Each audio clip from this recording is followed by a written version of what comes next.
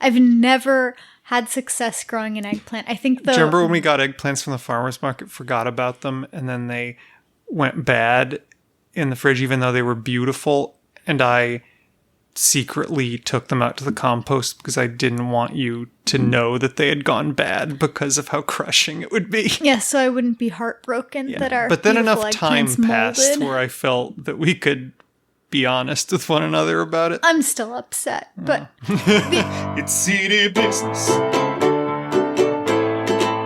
It's seedy business.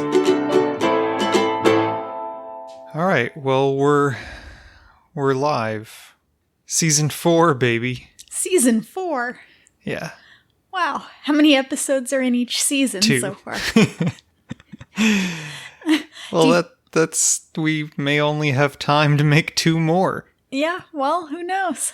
I mean, maybe we should just to keep it consistent, as soon as we've got 2 episodes, we should automatically call it season 5. Yeah. Even if we put out 2, like, in quick succession and then put out 2 more. Yeah, that's fair. I mean, by chance alone, we happen to have recorded 2 in each calendar year sometime between January and May, pretty much, maybe June. So that's been the extent of things.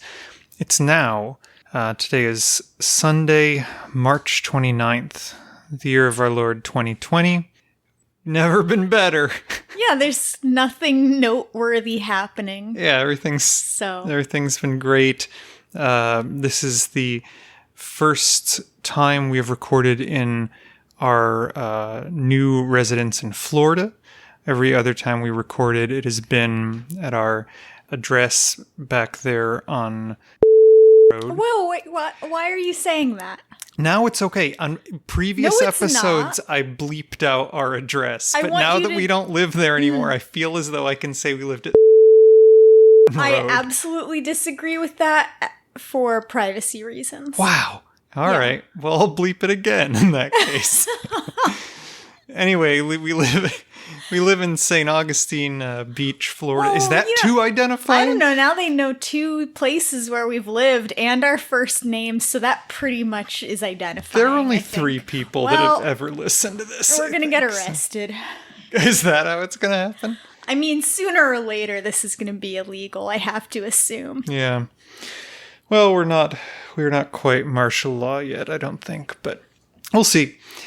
I also think we've really tried to not talk about our crumbling world in previous seasons. Yeah, the whole point is that this is a soothing diversion from And I think that's the modern hellscape. That's important and good going forward, but it's also good to acknowledge at least once up front that this could be our last testament. Well, okay, that's a little melodramatic, but I think it's reasonable to acknowledge that everything is bad and sucks. I mean, I was making light of that, but I personally have been, I'm surprised by how scared I have felt. I mean, as someone who, well, maybe I shouldn't say what year I graduated from college, but as someone who graduated What do you think they're going to get from you if they know your my address whole identity, and place you graduated from? my whole identity, and then they'll open credit cards in my name. Listen, I don't even know your mother's maiden name. And no one ever will.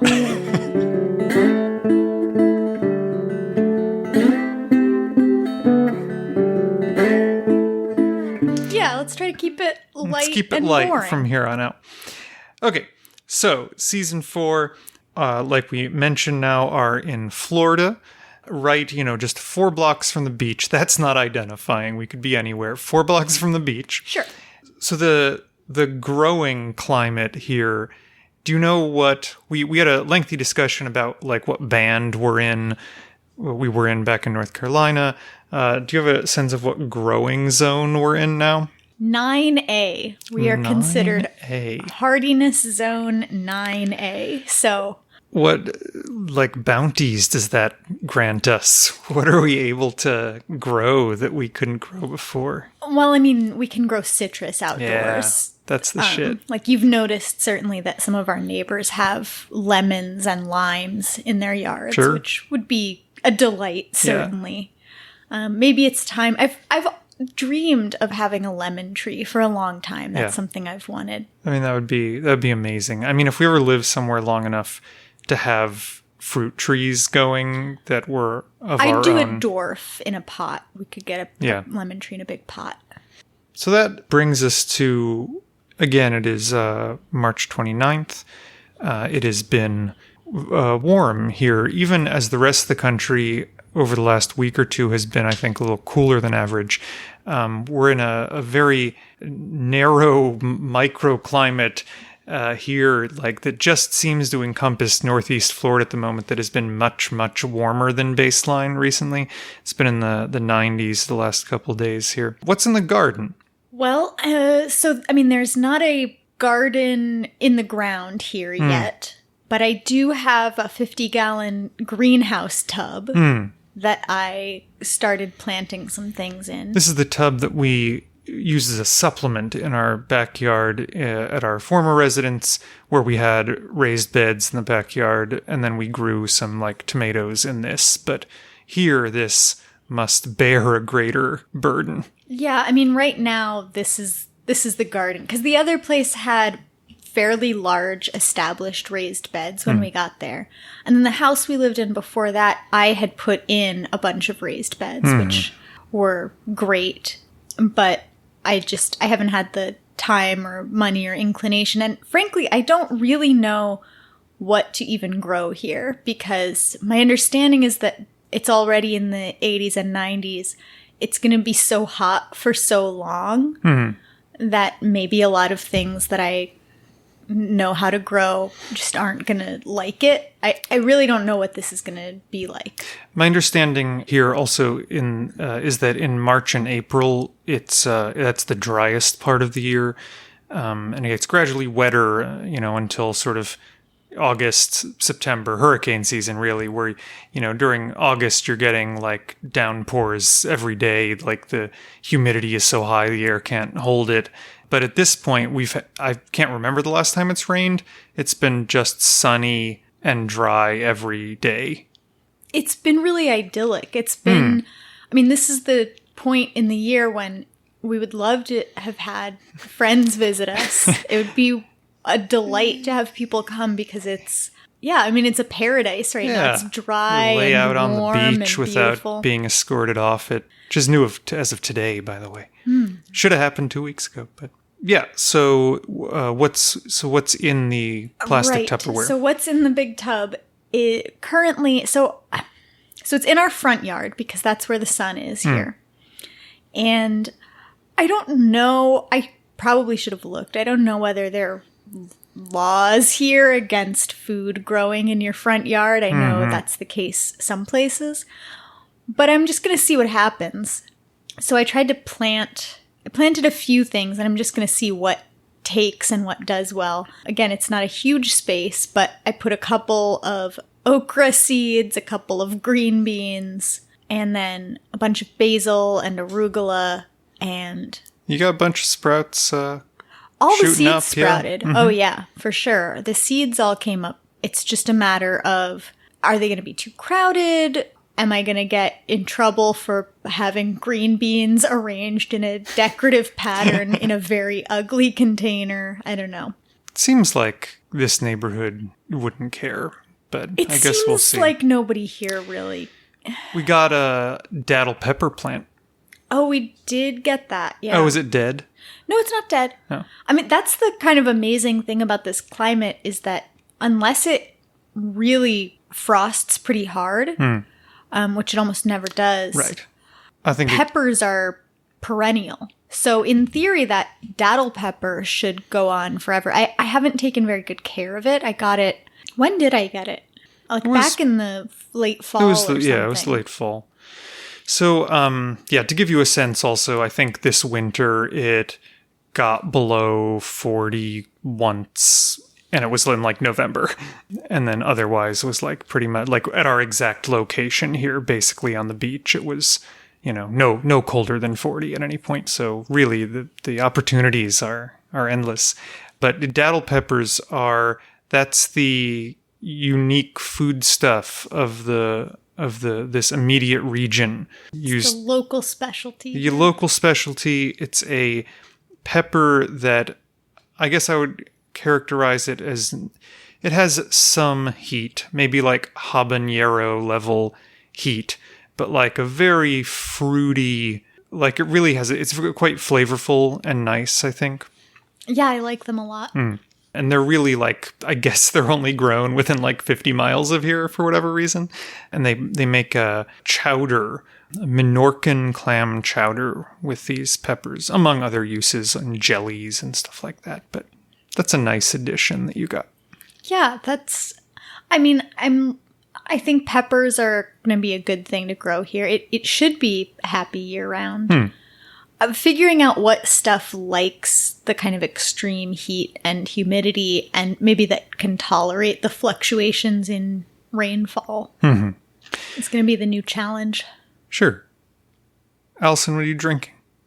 I'm drinking some of Trader Joe's cheapest yet best sparkling wine. Delicious. Yeah, it's the Trader Joe's RSVP, I believe $5.99 a bottle. Yeah, it's good stuff. Yeah, I think it's the best quality, like, price trade-off, value for money in the sparkling wine game today. I am drinking water in a cup, lukewarm, room temperature water. It's in a cup. I'm doing that because I am deeply afraid of how alcohol makes one more susceptible to pneumonia. I really think this is a long game. Yeah. You've really got to get in the headspace of like this is the new life. So, well, you know who hasn't been impacted? Lucy, the cat, who sits next to me currently, as ever. She likes it here, it seems. She's only been impacted positively by this. She loves the fact that neither of us can go to work. This is the best fucking time of her life. That she has constant companionship. If and when we ever leave this house, she will be forlorn. The rebound anxiety that she's going to experience when we have to eventually leave the house again is going to be extreme. She might lick a hole in her ass. She has a lot of separation anxiety, which is poorly studied in cats. And one time when we both went to Roman's family's house for Christmas, I came home to find that she'd actually, burrowed into her own hind, is how I would describe it. Yeah, she had, a pretty gnarly, gaping wound that she had caused. She had inflicted on herself in as her punishment anxiety. For driving us away in her guilt. Self-flagellation.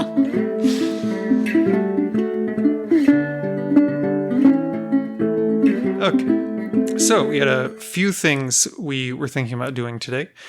One is that Allison recently ordered a bunch of seeds, and that was from Southern Exposure. Yes. From Southern Exposure Seed Exchange, sponsors of the pod.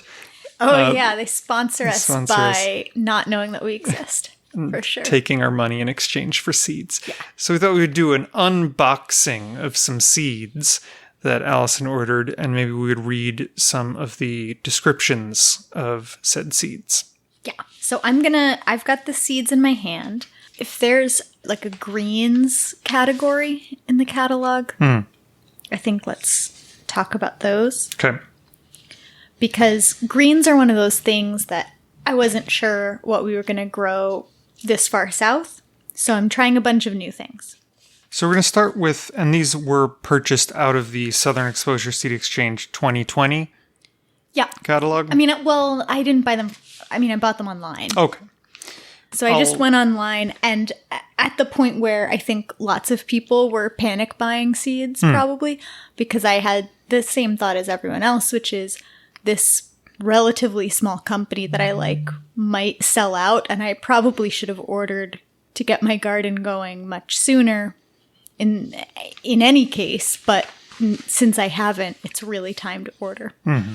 Well, I'm going to read the descriptions out of the catalog when you unbox one of the seeds. I love the sound of the seed container.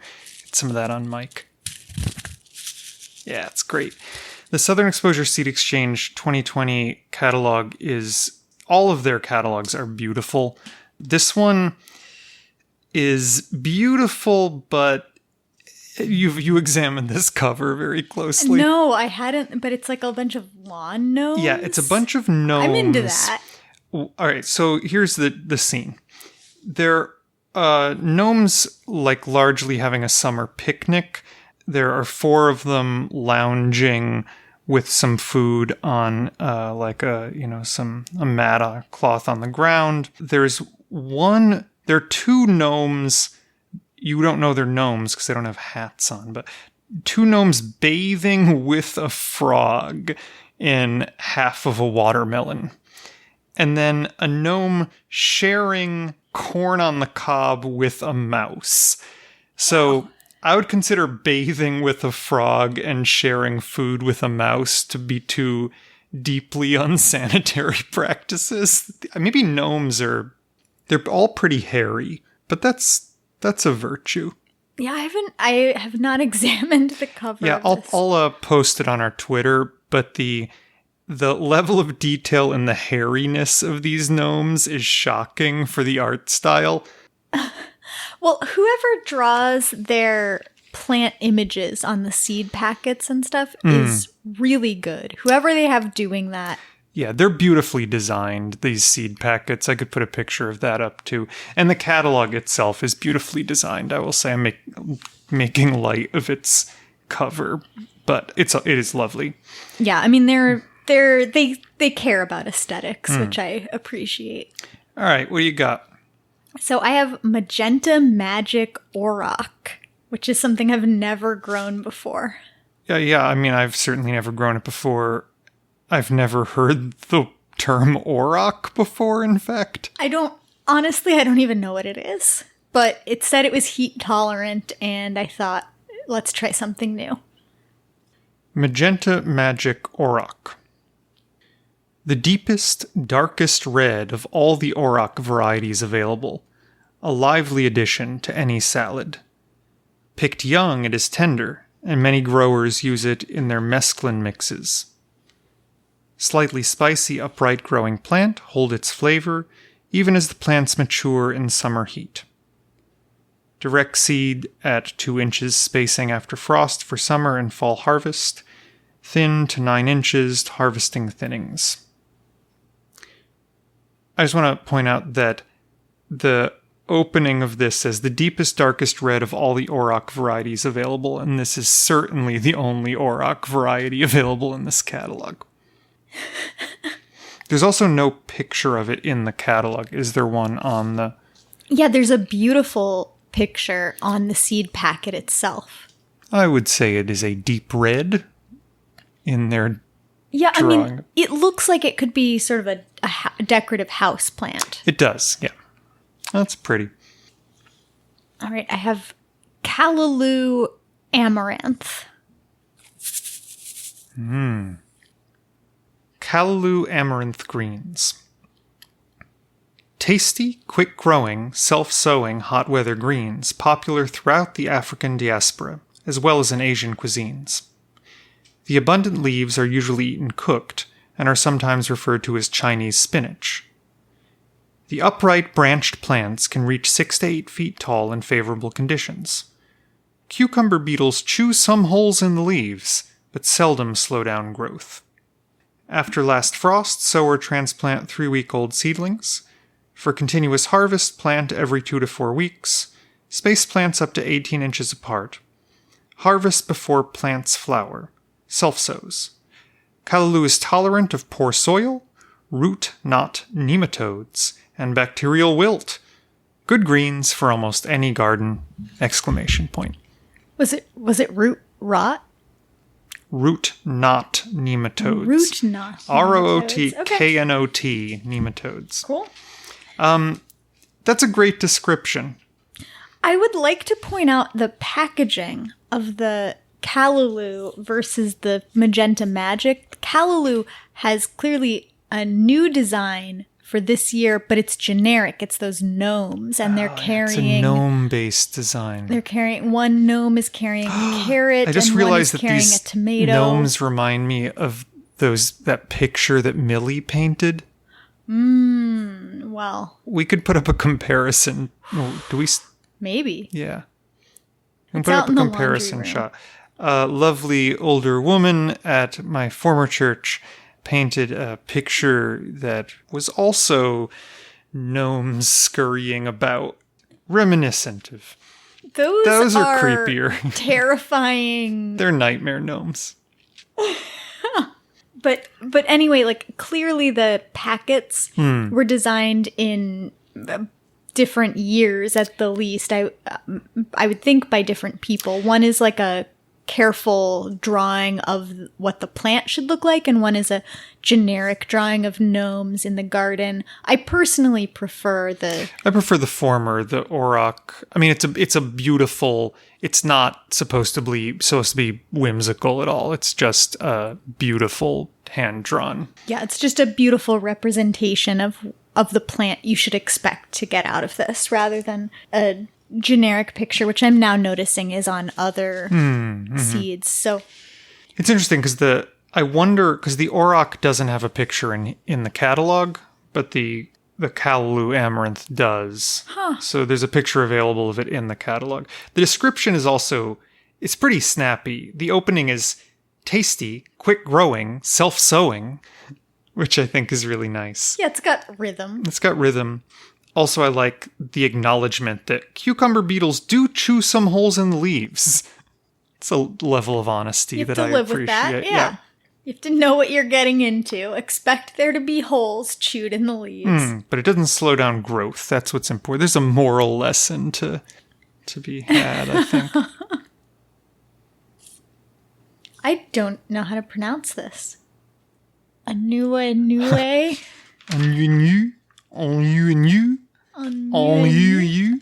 Batavian lettuce. Oh, wait, it says developed at the University of Hawaii. So it's not French. It's okay. It's the pronunciation is in the catalog. Okay, great. Anui, Batavian lettuce.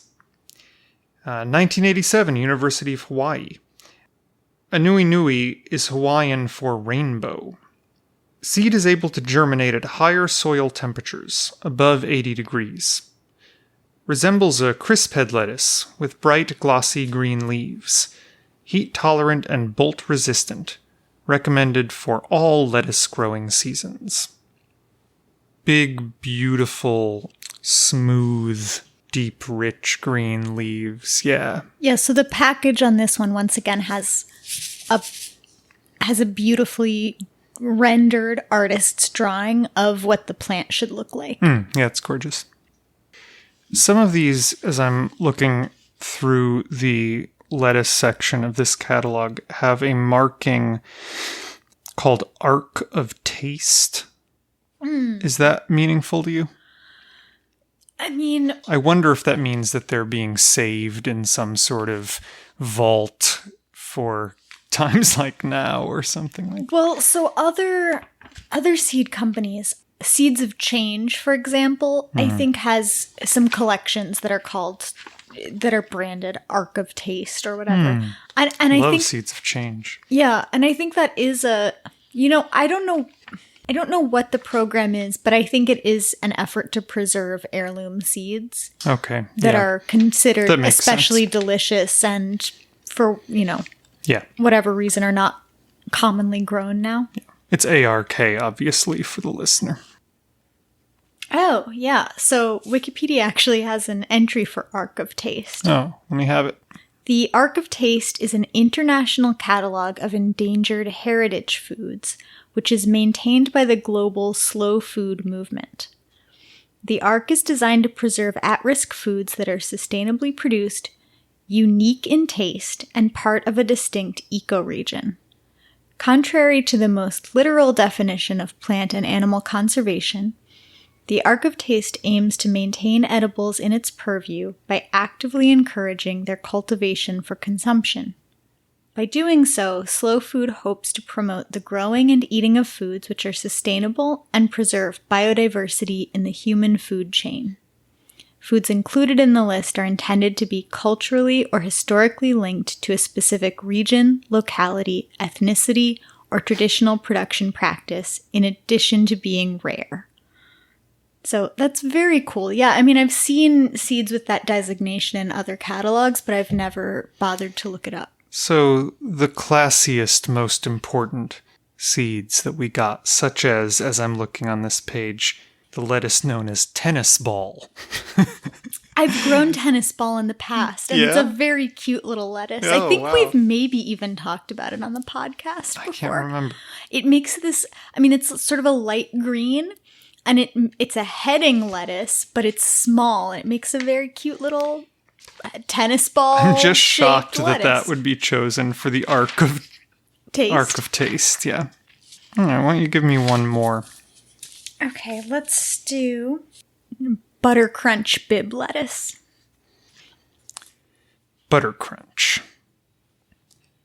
A reliable variety for garden, market, and greenhouse use. Dark green leaves and compact heads. Holds well under heat and stress. Good bolt resistance. Short and sweet, baby. Yeah, so, I mean, as you probably noticed, I selected these for presumed heat tolerance and ability to actually grow them here. Not that it's even that much hotter here than it was in North Carolina, really. Maybe it's even hotter in North Carolina during the height of summer. But there's literally no spring here, right? It went right from being mildly cold to being very hot. Man, some of the names of these lettuces are too cute for their own good. Wait, what are some of them? Outrageous, like outrageous, but spelled outrageous, because the leaves are kind of red. Outrageous. That's an oak leaf lettuce? It is. Here's what's notable about it. Yeah, I know what it is. Intensely dark red, slightly ruffled leaves from loose heads. Chosen by NASA for space farming in August 2015, Outrageous became the first vegetable to be grown and eaten on the International Space Station. Yeah, I think I've grown that one too. Wow. You're basically a NASA scientist. Yeah, that's right. That's exactly what that means. I grew that lettuce, so...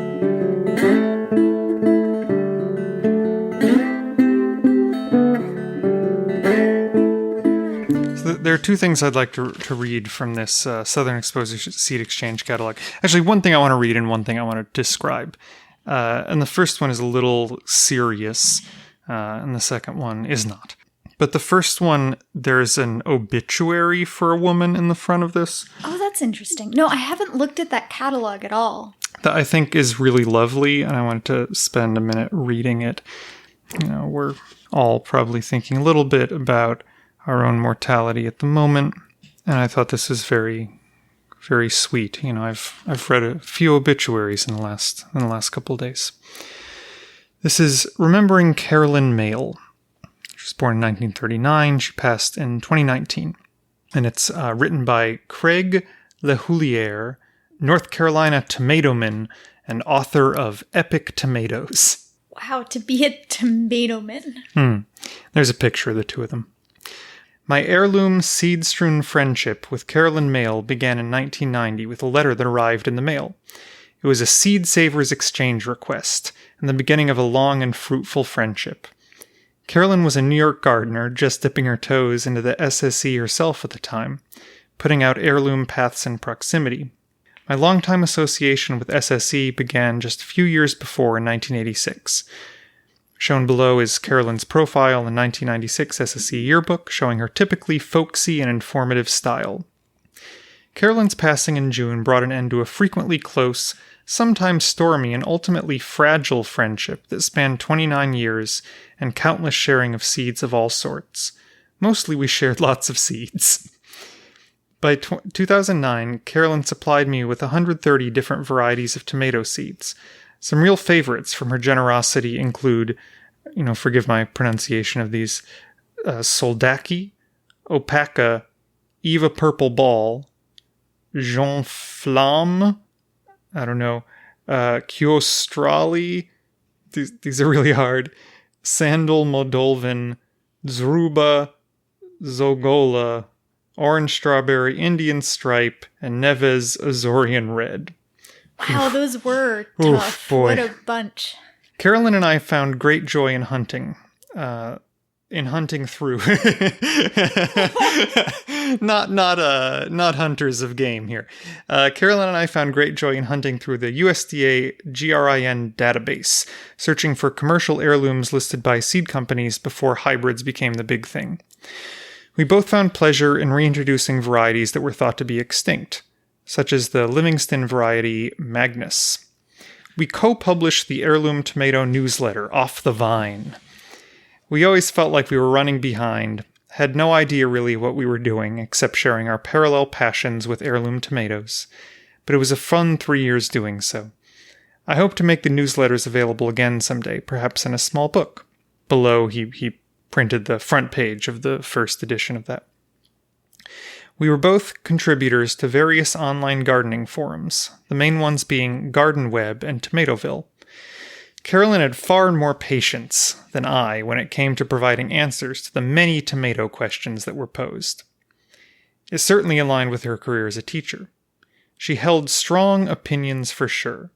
We butted heads more than once, but that's what friends do. Carolyn was the first of the two of us with a published book. In 1999, 100 heirloom tomatoes for the American Garden was released. It documented the remarkable world of heirloom tomatoes, told their stories, and is beautifully photographed. It is such a pleasure to have contributed seeds to many of the varieties that she featured in the book. When it became difficult for Carolyn to start her seedlings, she still wished to grow her many recent heirloom tomato acquisitions. Some of her garden friends started plants, and I shipped them to her to grow. In 2011, Sue and I traveled to Massachusetts for our niece's college graduation. We chose a route that took us to Carolyn's house, allowing an in-person plant delivery and my first chance to meet her face-to-face. Sue and I spent hours there, talking tomatoes and more. He posted a picture of the time they met after years of being friends. Most recently, Carolyn, with growing physical challenges, maintained her presence on the internet, sharing her knowledge and opinions, which she never ran short of, and grew what she could, helped by local friends. We drifted apart in these later years as our lives took very different paths, inevitable but sad nonetheless. Carolyn was part of a stellar group of the SSE tomato people: Ben Quinsbury, Fexton Stinnett, Edmund Brown, Gary Staley, Calvin Waite, a number of other names. She provided lots of history and detailed tomato descriptions in her hundreds of seed listings. I suspect that receiving seed requests, packaging up and sending seed samples were one of the true joys of her life. The garden world suffered a significant loss with Carolyn's passing. She lives on through the many tomatoes she introduced, working with various seed companies such as Southern Exposure Seed Exchange. Fruits of her efforts are clearly displayed on these pages. Our gardens are more diverse and interesting due to Carolyn Mayle and her heirloom seed passions. And there's a picture of the Dr. Carolyn cherry tomato named in her honor. I thought that was very nice. Yeah, that's so nice. Yeah, thanks for picking that out. I hadn't looked at that catalog at all. I'm not sure when it arrived. I think it arrived somewhat recently. Yeah, it was in the last month, maybe, I think. I think it was in the last month. But early enough where we didn't have to disinfect it. Okay. The other thing I wanted to mention... It's not clear to me that people need to disinfect their mail. Seed catalogs. Yeah. All right. The other section is their gourds section, which is all fine. I mean, there are a few ornamental gourds and a few culinary gourds. But I think there are like 8 total gourds in this section. And 2 of the images are of this one guy. In one of them, he is holding a huge gourd, and it's captioned African Drum. In another one, he's wearing a trucker hat. As you might imagine, he's a white guy with dreadlocks. Oh, yeah, thank God. Yeah. Really I was worried there wouldn't be one of those in an organic seed catalog. Their gourd expert is this white guy with dreadlocks who plays the, quote, African drum. Oh, absolutely, yeah. That's what you want. Oh, maybe I'll read a gourd description while I'm at it. The birdhouse gourd. For over 50 years, Dr. David Bradshaw has been selecting the strongest and best-shaped gourds. Like, by whose? Like, to his own aesthetic, clearly. Well, I don't know. Maybe the birds what is the best also shape like for them to be a particular shape. I don't know. For over 50 years, I don't know if this is Dr. David Bradshaw. This guy, I should look him up. For over 50 years, Dr. David Bradshaw has been selecting the strongest and best-shaped gourds for purple martin birdhouses. This species, the largest American swallow, suffered a population crash in the 20th century. Damn it! I thought I could get through something that didn't make me think about a pandemic, but I guess not. Well, what I was going to read is, this species, the largest American swallow, suffered a population crash in the 20th century due to the spread of European starlings, and the birds now rely on humans for nesting houses. It is thought that without our assistance, purple martins would be in danger of extinction. Monitor your birdhouses to prevent takeover by aggressive non-native birds. Purple martins eat mosquitoes and many other insect pests. Well, maybe we should, grow some gourds. Maybe we should grow this gourd. When you buy this packet, it comes with Dr. Bradshaw's instructions for building a birdhouse out of it. Oh, interesting. So the thing is, I think that companies that sell seeds, I mean, part of why I bought a bunch of stuff, they were in a panic themselves, as far as I could tell. Like, to fulfill orders, they were running behind. But the other thing I was going to say is, I remember that my grandfather, so he was a big birdhouse and bird feeder builder. Like, he tried to have there be lots of birds around his home. And I remember that he would install metal plates on the fronts of the birdhouses he built to prevent invasive wrens and starlings from, like, enlarging the holes. Oh, interesting. So that he could keep whatever, like, size of native bird he was trying to encourage to nest there, that there wouldn't be some other kind of bird that would peck at the hole or whatever and make it a better size. So I wonder if gourds are impervious to these intrusions. Yeah, they can't. I don't actually know. Can't get in. Maybe we should get that. I mean, I want to see what let's investigate a bit more. I've seen plans for purple martin houses in the past. Like, that could certainly be a project we do. I don't know if we need to grow gourds and hope that the gourd growing season doesn't fail and that they have the right size and shape. They have that they are the best shaped. Right, and then follow specific instructions for turning them into, like, I think we could probably... Written by a white guy with dreads. I think at some point we could probably get some scrap wood or whatever and follow one of these purple martin house plans or whatever. That'd be nice. Yeah, I cannot believe how cute Lucy is right now. Yeah, Lucy's really upping her game and cuteness. I took a picture of her so that we can post that with her, like, next to the seed catalogs. To give you some backstage information, she took the picture as I was reading that obituary, desecrating the memory of that poor woman by not paying attention in favor of our cat. That's an inaccurate slander.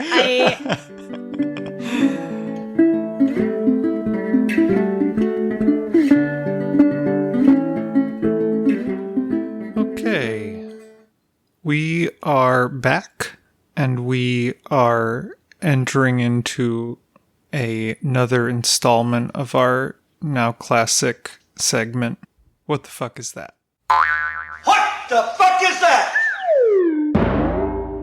And today's variant on the game, will you describe?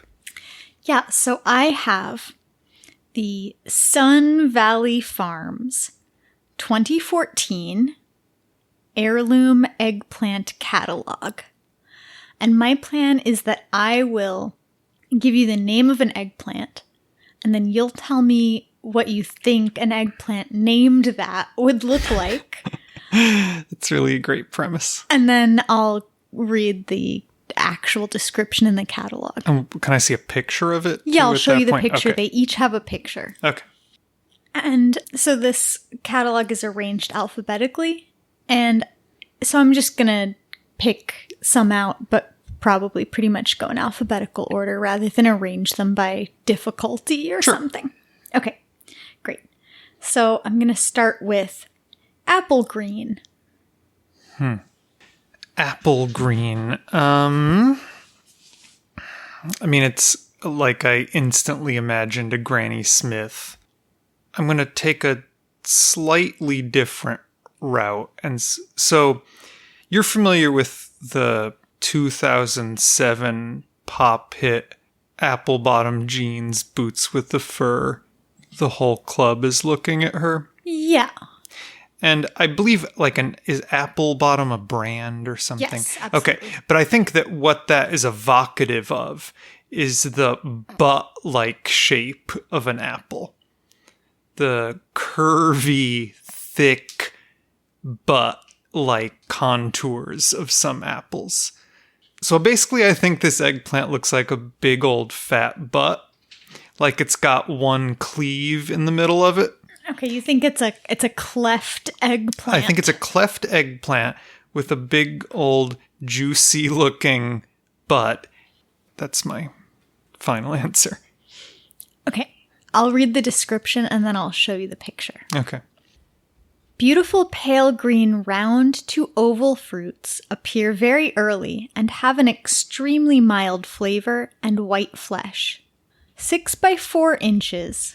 And produces abundantly on a modest-sized plant. Take a look. Oh, interesting. So it basically I should have just looks- said they look like Granny Smith apples. Yeah, well, you were pretty much right at the beginning, but they pretty much just look like unripe eggplants to me. They look like they wouldn't... Actually, I should not only say what I think they look like, but what I think their flavor is described as, maybe.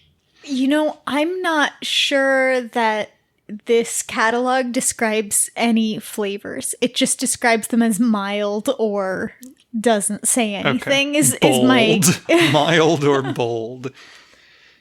Well, this one, I mean, the name isn't descriptive in any way, but I just like how it looks. So I'm gonna ask you, aubergine du Burkina Faso. What? Yeah. So I mean, I love Sorry. Oh no, I've had one too many champagnes. Oh man, I want some champagne. I love Burkina Faso in name and also because my college roommate's family lived there. So I heard lots of stories and also because their capital is, of course, Ouagadougou, which is it's the just best city name. Just north of Ghana. It's a very tiny country. Yeah, I actually couldn't place where it was exactly in my mind. Anyway, what eggplant do you think? Is it shaped like the border of Burkina Faso? My memory of Burkina Faso is that it's kind of just like a small diamond. It's sort of. I mean, I'll show you the boundaries. Like it doesn't. I can't bring to mind like a. It has a pretty jagged border. I would say you could describe it as a triangle, like a small raggedy diamond shape is what I remember on my blank map of Africa in my head. But I shouldn't have asked you to describe an eggplant based on a country. It's a huge task that I've given you. It's unfair, really. All right, here's all I know about this country. It looks like Ghana's wearing it as a hat on a map. So I'm going to say that this eggplant could be worn on a head. All right. Yeah, sure. I buy it. What do we got? A unique heirloom from West Africa. The plant produces many good-sized, red-ribbed fruit. The fruit is wrinkled, flat, and some think somewhat bitter and strong-flavored. I should be guessing either mild or strong flavored for each of these. Those literally are the only flavor options given. Let me see a picture. Yeah. Wow, that's beautiful. Yeah, it is a really beautiful fruit. Yeah, I mean, neither of these first two have looked like anything that has resembled an eggplant in my experience. This looks like a sort of a tomato, sort of a... It has like the shape of just a tomato-y shape, but a pepper-like skin. Yeah, it's a very shiny, firm, looks like an waxy, heirloom tomato, bright kind of red and waxy. Well, you know that all of those things are in the same family, right? Nightshades, yeah. Okay, great. Good. We've had that conversation on air before. Great. How about black stem? So I don't know exactly what I'm talking about. But what this evokes for me is when you go into a gas station and get a pack of those tiny cigar things. What are those called? Cigarillos or something? Sure. Yeah. They would have names like Black Stem. Yeah, that's a good... Yeah, sure. I mean, if you show me this picture and it does not have a black stem, yeah, it would be sort hard of a giveaway. Yeah. But it doesn't tell me anything about what the fruit itself looks like. What fruit could a black stem yield? I mean, here's what would be subversive. If the fruit were beautiful or like had an extremely bright, bold color, like it were really eye-catching fruit. And then you referred to the eggplant as black stem because it had a black stem. Yeah, well, what do you think that would look like then? Think it is the deepest, richest, most regal Carthaginian purple. Like really, really something to behold. I love the reference of Carthaginian and purple. You have to know. Oh, sure. Clearly you understand. I understand you. Yeah. Yeah, I think it's like an exquisitely, classic eggplant shape, but like a color that's very eye-catching. And it has a black stem. And wait, it's mild. Okay. Well, black stem. This ornamental variety is grown for its stunning black stems and red pumpkin-shaped fruit that is used in flower arranging by florists in Japan. Stunning and elegant in a vase, and a real beauty in any ornamental garden. Take a look. I'm going to say this delicately, and maybe it's just the picture. I sort of think those look like shit. This specific picture does not showcase them as particularly ornamental, to be honest. Black stem eggplant. I mean, I would say they're persimmon, yellow to persimmon colored. I'm having trouble because black stem eggplant wants me to see black beauty eggplant, which is a classic. Sure. Let's see. Black stem many eggplant of these, minus beauty. By the way, so many of these are named for a country. I have to use Boolean operators. Bangladeshi long, Cambodian green giant. That's just on this one page. I've only gotten to the first page of 6 pages in this. There are several called Japanese with additional descriptions. Now that I see Korean red. This black stem eggplant, here's what is striking about this to me. It's not that the stem is so damn black. It's that the way the join between the stem and the fruit, it looks like the black is consuming the fruit, like it's some an organism that is leeching the life out of the fruit instead of giving the fruit life to me. I mean, that's a particularly sinister image you're looking at, I think. Maybe that's true. Anyway, they're not what I was imagining, but I do think that maybe my idea could be right because they are very colorful. Like the fruits are very colorful. I mean your idea's in the right vein. Sure. I mean they're striking, they're colorful. You guessed purple, they're yellow to all red. The other things. But I want to finish my thought. There's a bunch of different eggplants called Thai with additional descriptions. There's an eggplant called Have you seen Turkish orange? Yep. It looks for all the fucking world like a pumpkin. Well, you really Oh, sorry. It was like when I Googled it, that came up too. Yeah. Well, yeah. So we can re-record and I can be Turkish surprised. orange on here. There's Ukrainian beauty. There's a bunch of different ones that are Trump's Thai, favorite. as I said. There's red China, Syrian stuffing. I mean, there are so many of these that are named for a country, or in this case, here's Louisiana long green. Such a staple of like both Middle Eastern and Mediterranean cuisine that maybe everybody's got their own. Maybe so. There are 3 that are called Lao. There's Lao green stripe, Lao purple stripe, and Lao white. 3 colors. Wow. For Laos. Yeah. And Kashmiri. Yeah, nothing seems to have so many place names as eggplants. It's really remarkable that they're all so many of them are named for places. What do you think the American eggplant would look like? I don't know if that's an actual varietal. I mean, it would be the shittiest. Very biggest, It'd be the darkest biggest, purple, worst tasting, bland eggplant. Yeah. Probably the kind that you'd want to slice into a steak and make into eggplant parmesan. Yeah, right. That's a bullshit food. Maybe it'd be in vase. Like if you planted it along with other better eggplant, it would be the only one that would grow and take over everything. And, I wanted to say earlier, like, I shouldn't say this podcast will be illegal in the sense of, like, as youngish, middle class-ish white people, we can probably get away with lots of things.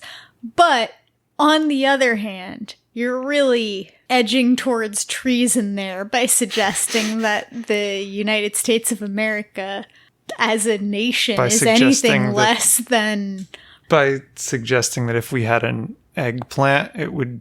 be gross and horrible. It would be an imperialist eggplant. Yeah.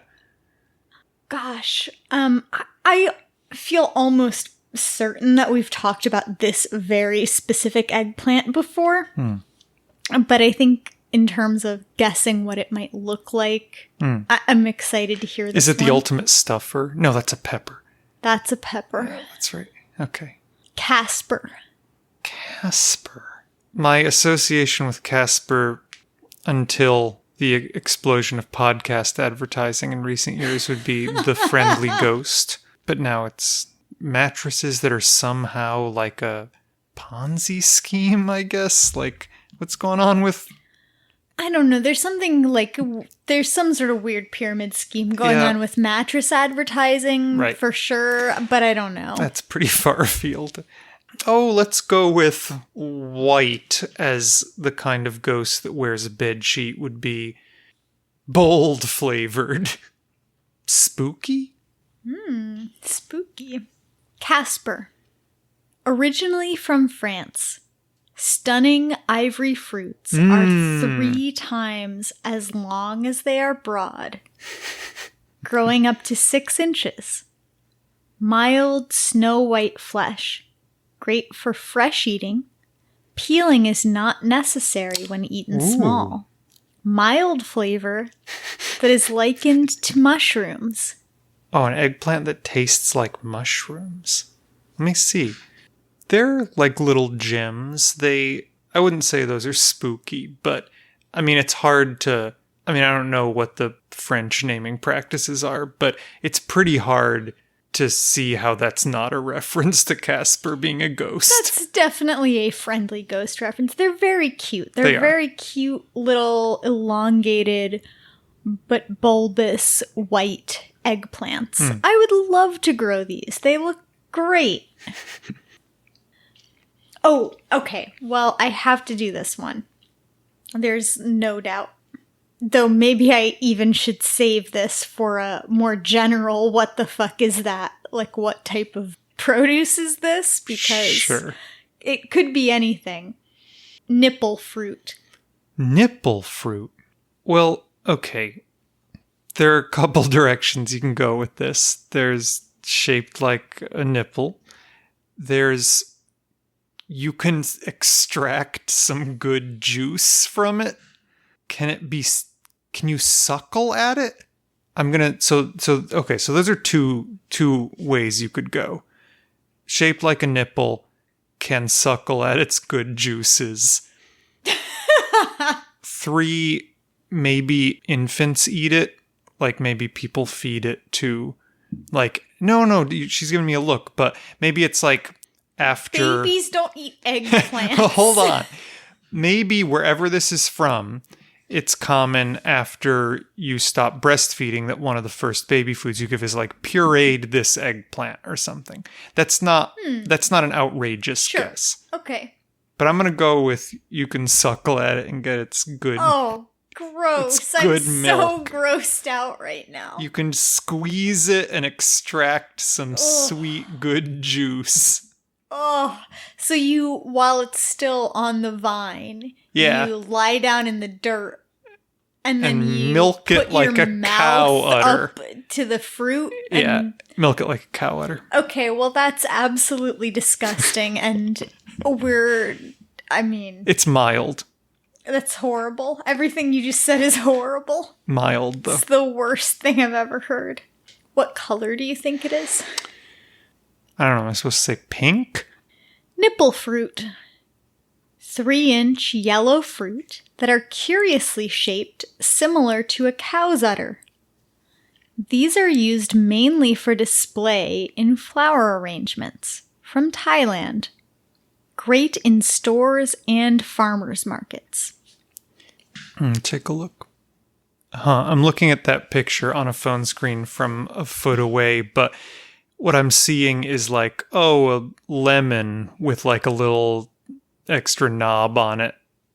Yeah, I mean, they're lemon yellow. They're pretty extremely pear-shaped. And then each fruit has 3 or so more small, like lemon-shaped buds coming off of it. I'm sure there's some sort of like homeotic mutation that's like causing these multiple fruiting bodies to be attached or something. It's interesting that one is much larger and then there'll be like 3 others that are smaller attached. This really seems like a ripe thing for a plant. Pardon, it didn't mean that to be a pun, but for a plant developmental biologist to be looking at like how this fruit is patterned, because anything that's patterned like super weird is something that a developmental biologist should be really into. And so there are like 3 fruits budding with like, so it's got like essentially a 4 blossom-ended fruit, but one of those 4 fruits is much, much bigger than the other. And they're, again, extremely pear-shaped. And obscene. I think we can all agree. I mean, I wouldn't have thought of nipples if I had seen them. I would have thought of warts before nipples. Yeah, I mean, the smaller ones are so much smaller. Is there any characterization in the description as to how juicy they are? I mean, I read the whole description. There's nothing about juiciness. There's nothing about flavor. I don't think they're meant to be edible. They look weird. Can you get juice out Their of them? deal is that they look weird. They do look weird. Like, these are ornamental, as are those other They're ornamental black-stemmed. and maybe... It's weird that you would want something that's a little unsettling and evocative of cow udders as a ornamental. Has anyone crossed black stem with cow? Nipple fruit to get a black stemmed, udder shaped? Well, I mean, I guess I've got time on my hands. Yeah. Now that you're... Time is on my side. Well, maybe it's on yours. Wow. Okay, there's some really good eggplant descriptions in here that I hate to, Well, let me have it. Leave behind. I won't even make you, if you don't want to anymore, I won't make Well, we'll you do a guess rapid what fire. they are. Okay, red china. You think it's a commie thing? Maybe. So it says red china, one of the most ornamental of all eggplants. Loads Wait, there are degrees of being of ornamental? ornamentalness, yeah. Is that like the frequency with which they are an ornamental versus how they are eaten? I mean, clearly what they're saying is, well, I mean, the other ones that are purely ornamental, like black stem, they don't even bother describing the flavor, so I don't know. But one of the most ornamental of all eggplants, loads of small flattened fruit that look similar to pumpkins, a beautiful fiery red when mature, a slightly bitter taste, which is milder when they are only slightly orange, great for Asian foods. Better dead than red. Let's say Syrian stuffing. Syrian stuffer? Syrian stuffing. Well, the big question is it meant to be stuffed into something or meant to be stuffed itself? You're just gonna have to guess. All right. It's huge and fairly empty inside, so you can shove a bunch of other stuff in there. All right. Syrian stuffing. Another treasure from Mild. Syria. Another treasure from Syria. This one is used for stuffing, and the medium-sized purple-black fruits are ideal for this use. Flavor is superb, being rich and complex. Best harvested at 4 to 6 inches long. And they are what I would call a classic eggplant color. They're dark black, blackish purple with a light green cap and stem. They're what I can only describe as eggplant shaped, like they're longer. Right down the middle here. Yeah, But its flavor is superb. It says That actually, superb. that's like not very descriptive at all, but made my mouth water a little Yeah, bit that when you makes you said want it. Yeah.